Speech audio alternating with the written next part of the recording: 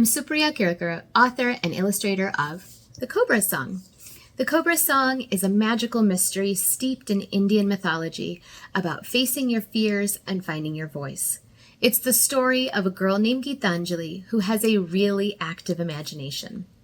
And because of that imagination, people don't always take her seriously, especially when she's convinced a mythological creature from India is in her small town in Michigan. Geetanjali has to face her fears, find her voice, and figure out what's really going on in her town before it's too late. The excerpt I'm going to share with you takes place early on in the story when Geetanjali's neighbor, Hina Maushi, starts to act a little strange. Geetanjali learns about a mythical Indian creature called an Ichhadari Nagin, a cobra that can turn human, thanks to a book her grandmother Aji makes for her. Geetanjali reads a few pages and is convinced there is some connection between her neighbor and the cobra person. So here we go. The next 2 pages had a collage of a scary snake and a poem.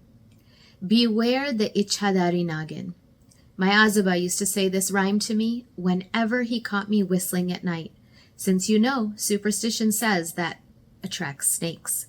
It's a loose translation, but I think I did a good job with the rhymes. Beware the Ichhadari Nagin and her vengeful bite. She wants to stay human, she's full of spite. The cobra's song will fill you with fright. She'll take what's yours, maybe even tonight. Shambhar is the number after which her light will eternally be bright, and you'll forever be a sop, much to her delight. What did Aji mean by Shambhar is the number?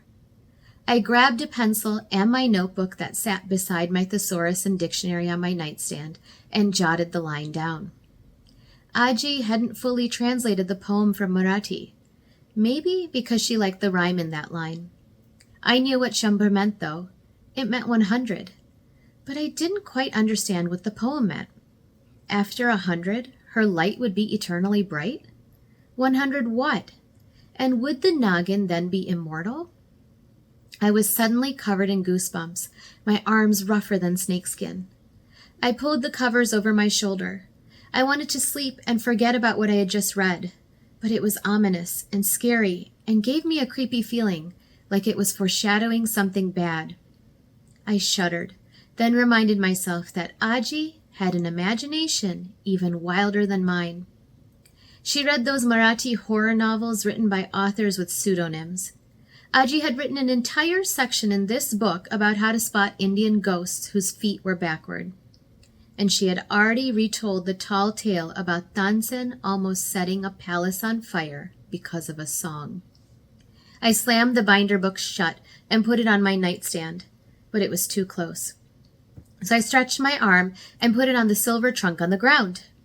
I could still smell the woody pages. I grabbed the little binder and headed to the bookshelf by my window, full of my old childhood picture books. One day, I'd read them all to my baby brother Alap, and a few of my new books too. I shielded my eyes from the solar-powered spotlight on our patio that always shined through my thin curtains on summer nights. I placed the Nagmanian book on top of the shelf, next to the wooden statue of Ganpati that Baba had given me. That was better. The book blended in with my old Indian comic books and new graphic novels, and I couldn't smell it from my bed from this distance. A hiss in the room startled me, and I bumped a book off the shelf, stepping on it with my foot. I bent down and did a quick namaskar to the book, touching it with my right hand and then putting that hand to my chest to apologize. Books gave us knowledge, and in our culture, we weren't supposed to ever put our feet on them. It was disrespectful. So if we did namaskar to it. The hissing grew louder as I stood up. I turned toward the sound. It wasn't a snake. It was my bedroom window, the curtains flapping from the breeze. I guess I didn't shut the stiff old window properly, and there was a tiny gap for the wind to hiss through. I swung the curtain to the side, jingling the 2 wooden puppets in sparkly red and orange clothes from Rajasthan that hung on the curtain rod. I pushed down hard on the frame until the window slammed shut and the hissing stopped. I locked it and started to move the curtains back when a light flashed outside. It was hard to see with the reflection from my bedroom lamp bouncing off the window pane, but I was certain I wasn't looking at a deer. No, there was a person standing in front of our patio spotlight, staring straight at our house. They swayed ever so slightly, like a leaf fluttering in the wind. I squinted into the light. It was Hinamaushi. To see the rest of this mystery unfold, I hope you'll read the Cobra song. I hope it inspires you to find your voice in whatever form it may take and change the world. And when you're done reading, you can make some cut paper art of your own, just like the illustrations I made in the book.